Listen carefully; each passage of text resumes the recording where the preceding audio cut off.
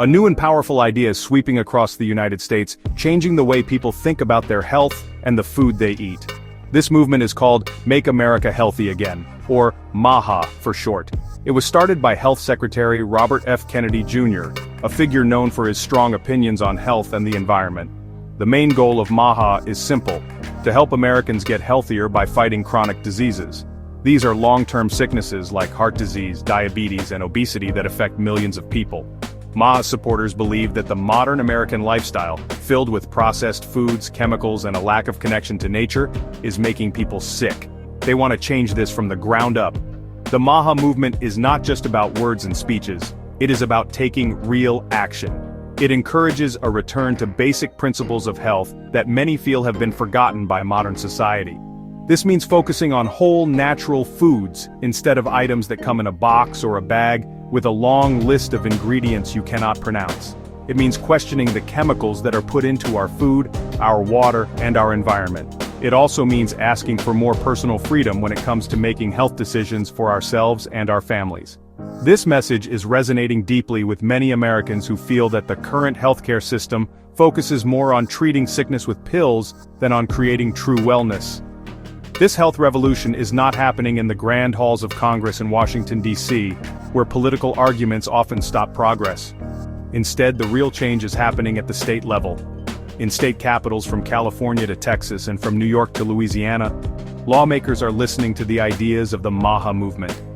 They are writing and passing hundreds of new laws inspired by its core principles. This shows that the desire for better health is something that people in very different parts of the country share. It is a local movement, driven by citizens who want to see tangible improvements in their communities and in their own lives, and their elected officials are taking notice. The success of MAHA at the state level is remarkable because it brings together people who usually disagree on politics.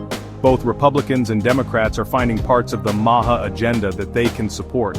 This has led to an explosion of new bills. Nearly 900 were introduced in 2025 alone. This is a huge increase from the year before, showing just how quickly the movement is growing. It suggests that when it comes to the health of our children and the safety of our food, political labels can sometimes become less important. The story of MAHA is the story of how a powerful idea can catch fire and spread, one state at a time. While the federal government in Washington, D.C. often moves slowly, state governments have become the energetic centers of the MAHA movement. It is here, in the state legislatures, where the most exciting and impactful changes are taking place. Lawmakers are responding directly to the concerns of their local communities, who are asking for cleaner food, a safer environment, and more control over their health choices. Charles Froman, a supporter from the National Health Federation, wisely noted that the states are where the low-hanging fruit is. This means that it is much easier and faster to make real changes at the state level than it is to fight the long, complicated battles in the nation's capital. What is truly surprising is that this is not just a phenomenon in red Republican states or blue Democratic states. The MAHA movement is thriving in both. In fact, Democratic-led states like California, New York, and Massachusetts are responsible for more than half of all the new MAHA-inspired laws. These states have a long history of environmental and consumer protection, so the MAHA focus on clean food and reducing chemical exposure fits naturally with their political traditions. They see the movement as a way to build on the work they have already been doing for years, but now with a new sense of energy and bipartisan support that was not there before. At the same time, Republican-led states like Texas, Florida, and Louisiana are also becoming champions of the MAHA cause. In these states, the movement's message of personal freedom, individual responsibility, and skepticism of large corporations and government mandates resonates strongly. They are passing laws that give parents more say in their children's school lunches, and that limit the government's ability to tell people what health choices they must make. This shows the broad appeal of the MAHA philosophy. It can be interpreted in different ways to fit different political viewpoints, but the core desire for a healthier life remains the same across the political spectrum. The sheer volume of new legislation is staggering. In 2025, lawmakers across the country introduced nearly 900 bills related to MAHA's core ideas. This represents a 45% increase from the previous year, a clear sign of the movement's growing momentum. The topics of these bills are diverse, covering everything from the food we eat to the air we breathe. This legislative explosion shows that MAHA is not a fringe interest. It has become a central part of the political conversation in America. It demonstrates a widespread demand for change that is powerful enough to make lawmakers of all political stripes pay close attention and take decisive action. One of the most important pillars of the Make America Healthy Again movement is nutrition. The core belief is that the food we eat is the foundation of our health, and that the modern American diet has gone terribly wrong. MAHA advocates argue that ultra-processed foods that are made in factories with industrial ingredients, artificial flavors, and chemical preservatives, are a primary cause of chronic disease.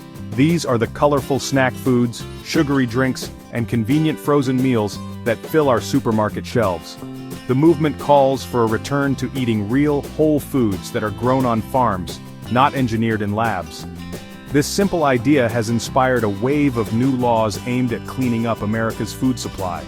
Across the country, state lawmakers are taking this message to heart and targeting specific ingredients they believe are harmful. In 2025, over 130 bills were introduced to regulate ultra-processed foods and improve nutrition in schools and stores. A major focus has been on artificial food dyes, the chemicals used to give candies, cereals, and drinks their bright, unnatural colors. For example, Texas recently became the first state to pass a law requiring warning labels on products that contain certain food dyes.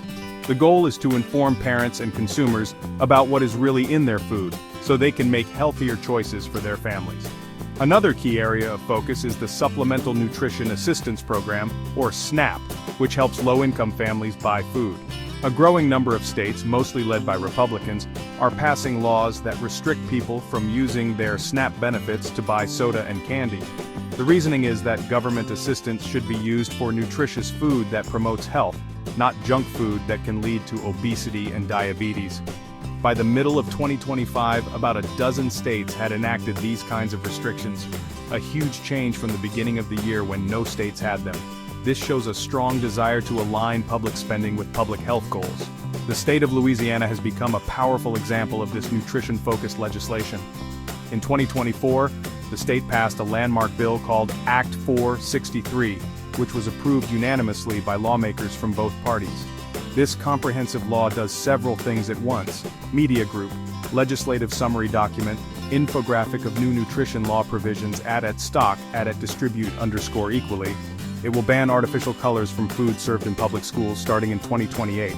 It also requires restaurants to put warnings on their menus if they cook with certain industrial seed oils. Furthermore, it will prevent SNAP benefits from being used to purchase sugary sodas and candy, starting in 2026. This single bill shows how the different parts of the MAHA nutrition agenda can come together to create sweeping change at the state level. The second major pillar of the MAHA movement is a deep concern about the invisible chemicals that have become a part of our daily lives. Supporters believe that our world has become contaminated with industrial chemicals that can harm our health in slow and silent ways. These chemicals are found in everything from the pesticides sprayed on our crops to the plastics used to package our food and the substances added to our drinking water. The MAHA philosophy argues that we must be much more careful about these exposures and take steps to reduce them. This has led to a surge of legislation in state governments aimed at creating a cleaner, less toxic environment for everyone. Pesticides are a primary target for many MAHA-inspired laws, especially in states led by Democrats. These are the chemicals used in industrial agriculture to kill weeds and insects, but many people worry they leave dangerous residues on our food and pollute our soil and water. In 2025, state lawmakers introduced over 60 bills to restrict the use of certain pesticides, such as glyphosate, which is one of the most widely used weed killers in the world. These bills aim to protect farm workers, consumers, and the environment from what they see as unnecessary chemical risks. They are pushing for a shift toward more natural and sustainable farming methods that do not rely so heavily on chemical inputs. Beyond the farm, the movement is also tackling the problem of chemical contamination from other sources. Lawmakers have introduced nearly 200 bills to address dangerous chemicals in our water, air, and consumer products. This includes efforts to restrict the use of plastics, which can leach chemicals into food and drinks, and to clean up industrial pollutants that have contaminated local water supplies. Another controversial issue being debated is water fluoridation. For decades, fluoride has been added to public drinking water to prevent tooth decay, but some MAHA supporters question its safety and advocate for an end to the practice, arguing that it is a form of forced medication. The concern over chemicals extends to new and sometimes unusual topics. One of these is a conspiracy theory about geoengineering, which is the idea that governments or other powerful groups are secretly spraying chemicals into the atmosphere from airplanes. While scientists dismiss this as untrue, the underlying fear of unknown and uncontrolled chemical exposure is very real for many people. This fear has prompted Republican-led efforts in some states to pass symbolic laws banning the practice. While these bills may not address a real threat, they highlight the deep public anxiety about environmental health and the desire for more transparency and control over the world around us. The third pillar of the MAHA movement is perhaps its most controversial, the issue of vaccines. Robert F. Kennedy Jr. has long been a prominent critic of vaccine safety and government vaccination schedules, and this perspective is a central part of his health agenda. The MAHA movement champions the idea of medical freedom, which is the belief that individuals should have the right to make their own decisions about medical treatments, including whether or not to vaccinate themselves or their children. This has led to a significant push in many states to expand vaccine exemptions and to prevent governments or employers from requiring vaccinations. This topic creates some of the deepest divisions in the MAHA coalition. In 2025, state legislatures saw a flood of bills related to this issue, with over 130 measures introduced to limit vaccine mandates and make it easier for people to opt out. These efforts are almost entirely led by Republicans, who see the issue as a matter of individual liberty and a crucial defense against government overreach. The bills often seek to broaden the reasons a person can claim an exemption, moving beyond just medical or religious reasons to include philosophical or personal belief exemptions. This movement gained tremendous energy during the COVID-19 pandemic and, continues to be a powerful force in state politics. A specific target of this legislative push has been the mRNA technology used in some of the COVID-19 vaccines. Fueled by online misinformation and skepticism about the new technology, some lawmakers are trying to restrict or even ban the use of mRNA vaccines in their states. These bills reflect a deep distrust of both the pharmaceutical industry and public health institutions. Supporters argue they are protecting the public from what they consider to be an experimental and potentially dangerous technology. However, mainstream medical experts strongly disagree, stating that these vaccines are safe and effective and that such laws could undermine public health and our ability to respond to future pandemics. This part of the MAHA agenda receives strong pushback from many Democrats and the broader medical community. While Democrats may agree with MAHA on issues like food dyes and pesticides, they generally support vaccination as a critical tool for public health.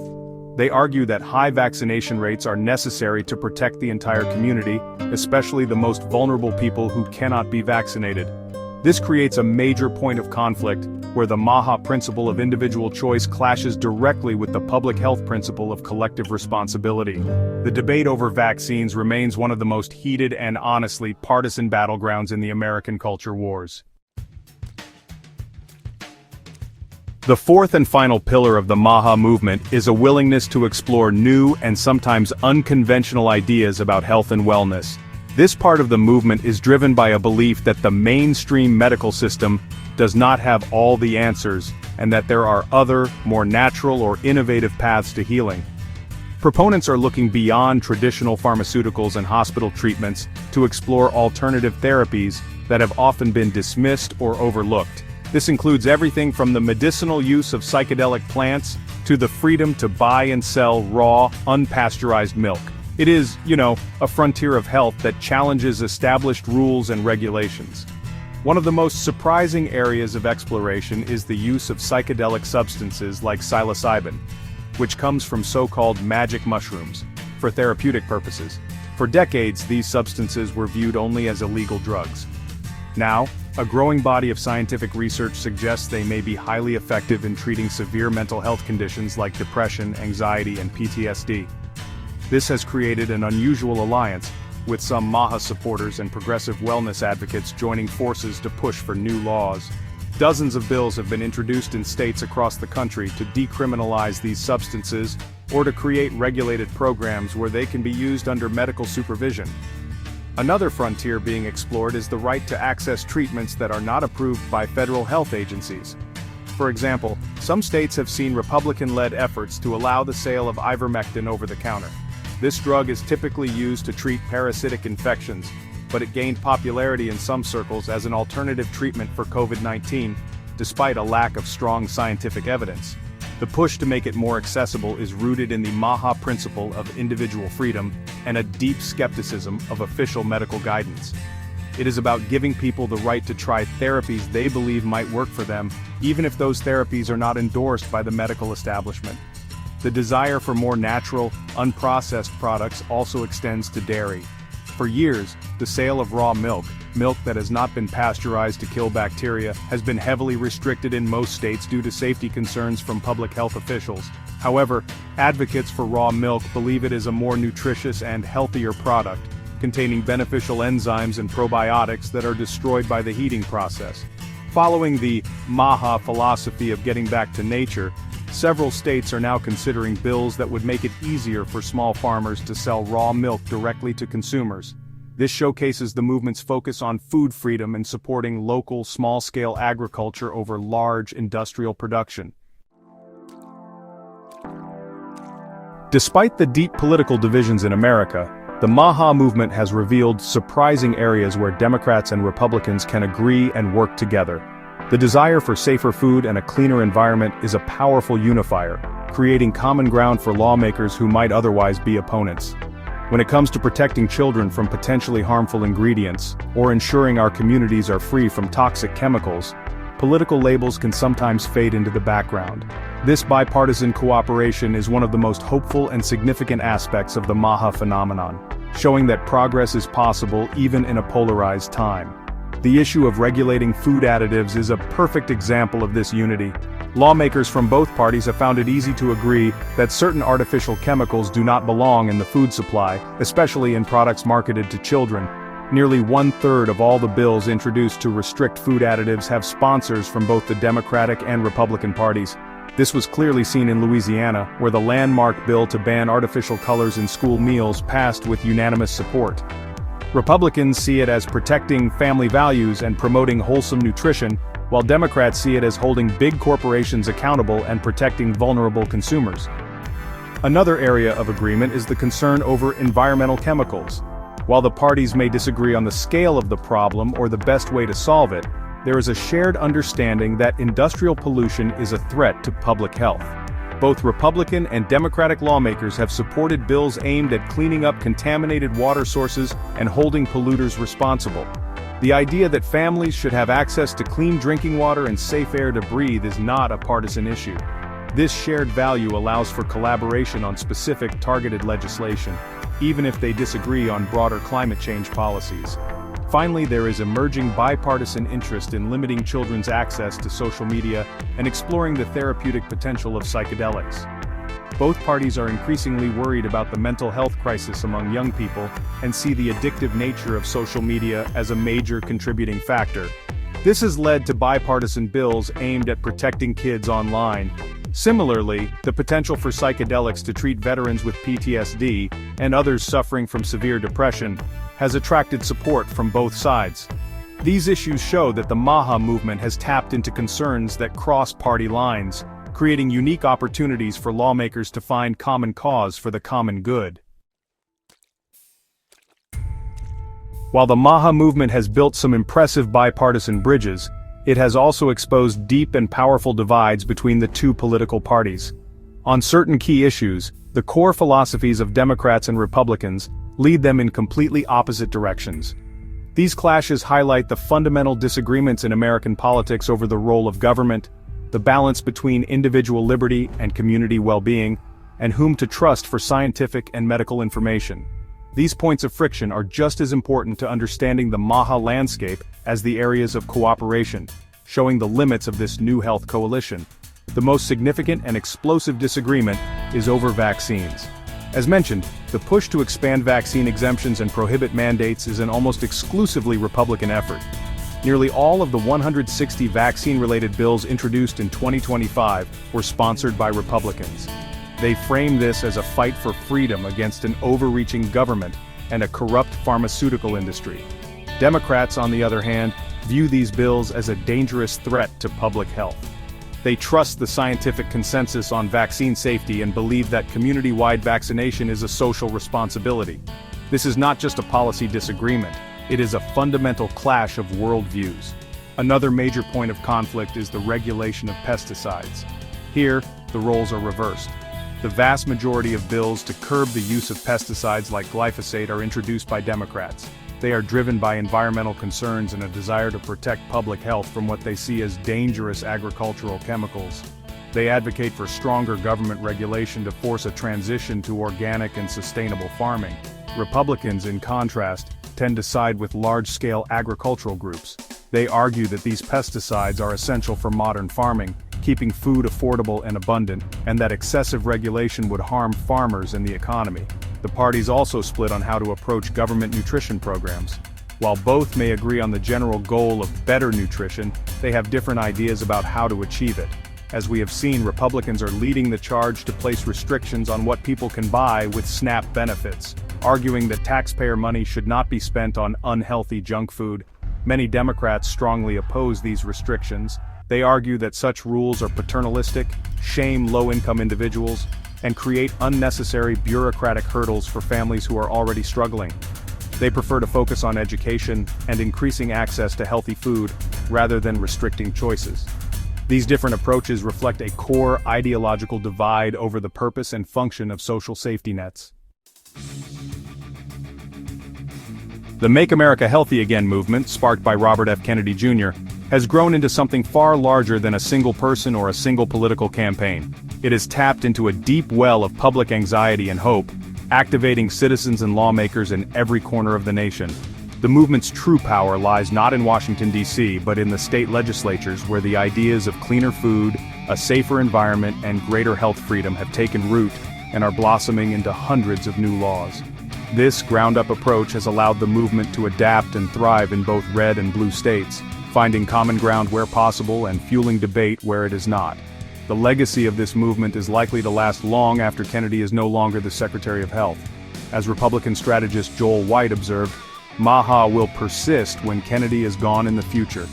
This is because the movement is not just about a political figure, it is about a fundamental shift in how many Americans think about their health. People are becoming more educated and more skeptical consumers. They are asking tough questions about the ingredients in their food, the chemicals in their environment, and the advice they receive from large institutions. This new awareness and demand for transparency will not simply disappear. Of course, the movement is not without its powerful critics. Large food companies are worried about the logistical nightmare of having different food labeling and ingredient rules in all 50 states. They argue for a single national standard. At the same time, many mainstream public health experts and doctors express serious concerns. They worry that skepticism about established science, especially regarding vaccines and water fluoridation, could undermine decades of public health progress and leave communities vulnerable to preventable diseases. This tension between the grassroots MAHA movement and the established experts will continue to shape the future of American health policy. Ultimately, the MAHA fire was lit, and it is now spreading on its own. It has shown that Democrats and Republicans can come together to ban a food dye or clean up a polluted river. It has also shown that they remain deeply divided on issues like vaccines and government regulation. This complex, passionate, and sometimes contradictory movement is reshaping the conversation about wellness in America. It is a clear signal that millions of people are no longer willing to be passive consumers of food and healthcare. They are demanding a seat at the table and a voice in the decisions that shape their well-being, creating a health revolution that will continue for years to come.